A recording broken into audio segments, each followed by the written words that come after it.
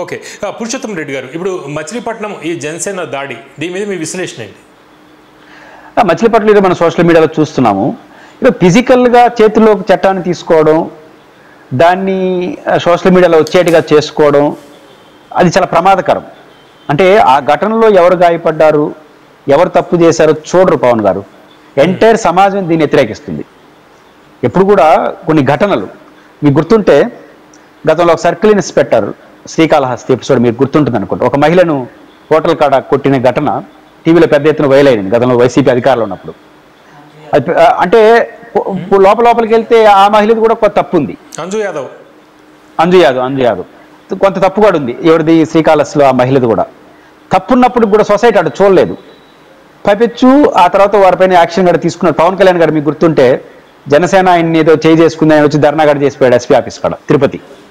అయితే పాయింట్ ఏంటంటే, ఇట్లాంటి మ్యాన్ హ్యాండ్లింగ్ని పోలీసులు చేస్తేనే సొసైటీ యాక్సెప్ట్ చేయలేదు కదా, నేరుగా పార్టీ లీడర్లు చేస్తే సొసైటీ యాక్సెప్ట్ చేస్తుందా? ఆయనకైనా గాయం, గాయం చేసిన ఆయన మాత్రం చూడకూడదు. దీన్ని చూసిన ప్రతి ఒక్కరు ఇది అన్డెమోక్రట్ అనుకుంటారు. పాలకులకు ఇట్లాంటి చిన్న చిన్న ఘటనలే చాలా పెద్ద సమస్యగా మారిపోతుంది సమాజంలో. కాబట్టి జనసేన వాళ్ళు చేసినా ఎవరు చేసినా అది కూటమిగా చుట్టుకుంటుంది. కాబట్టి ఇట్లాంటి వాటికి అలౌ చేయకూడదు.